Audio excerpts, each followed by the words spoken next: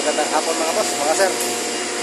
Ngayon magbababa tayo ng tangke ng ammonia. So itong system namin ay undercharge, so kailangan namin mag ready for charging ng ammonia sa ammonia refrigerant. So pagkakarga, pwede dito sa port na to, pwede kami magkarga dyan, o doon sa mismong receiver, pwede kami magkarga doon sa charging port ng receiver. Dito. So ayan, mamaya yung truck na pinagkargahan nila. So bababa nila mamaya. So yun, yung tangke ng ammonia. So yun yung mga tangke ng ammonia, mga sir, mga boss. So ang bigat po niyan ay 65 kilos bawat isang tangke.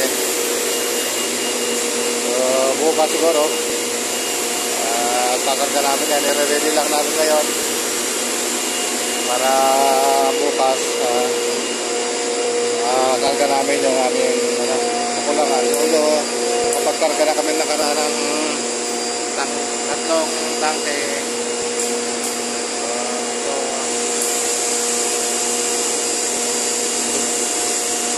medyo mapapapa yung ating karga. So kailangan natin mapakita ko sa iyo paano sila nag-unload ng nag-unload ng ammonia at ano yung mga pinaglalagyan.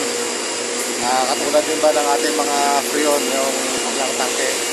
Makikita nyo medyo yung isang tangke niya na 65 kilos ay medyo may kalakihan. So yan mga boss, mga sir. So bukas pakita ko rin sa inyo kung paano kami magkarga ng ammonia. So para yung mga hindi pa masyado familiar sa ammonia, although mayamoy po ang ammonia ay mayamoy, so hindi siya tulad ng freon na na walang masyadong amoy.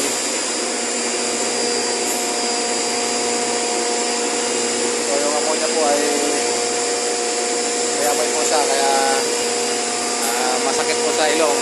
Minsan pag atin naman ng solid na ammonia ay masosokopin ka po. So antayin natin na may baba sa tangke yung mga So tatlong cylinder po ang bababa dito sa amin para bukas ikakarga namin yung ammonia.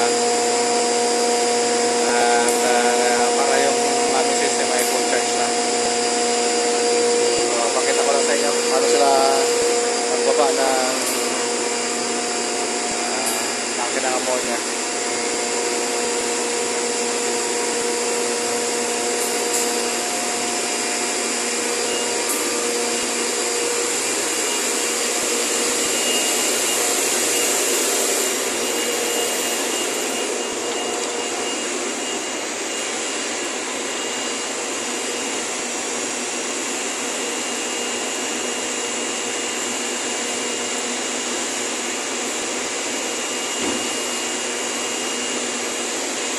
Mga sir, so yan yung pinagkanan ng truck na exhaust. Kasi minsan kasi pag may mga singoy yung mga valve, kailangan ng ganyang klase ng truck.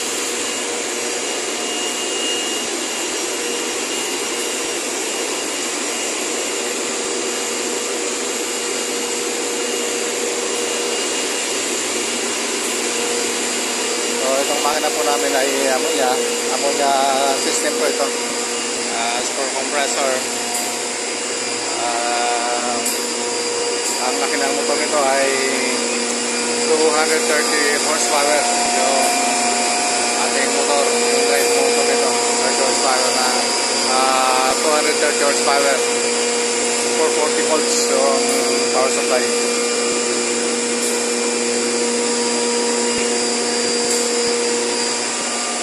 Antayin natin magbaba para makita nyo paano ba yung physical appearance ng tangke ng ammonia. Hindi pa sila nagpapaba, antayin natin sa loob.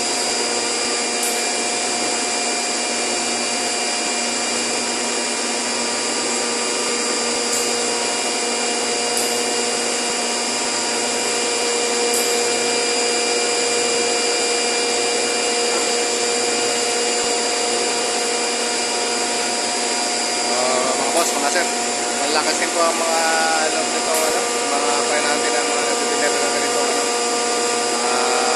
refrigerant, kasi may po ito, so may tendency na magka-problema yung tanke nila or yung kanilang mga valves ay magka-problema. So although ready naman sila sa ganyan, may mga safety precaution naman sila dyan sa loob ng kanilang truck, may mga gas mask naman sila. So kailangan lang talaga yung mga boss para safety lagi, kasi yung ammonia ay friendly also, pero hindi po siya friendly sa tao. Ayun, nagpapaba na sila, mapagulungin na dito sa loob.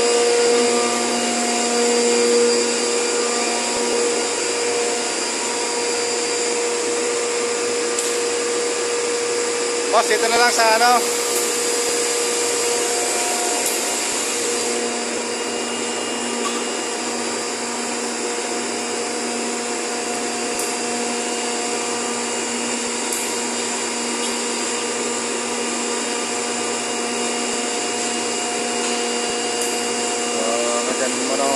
bukas, pakita ko sa inyo kung paano kami mag-start ng ammonia. So maraming salamat, mag-subscribe, mag-like.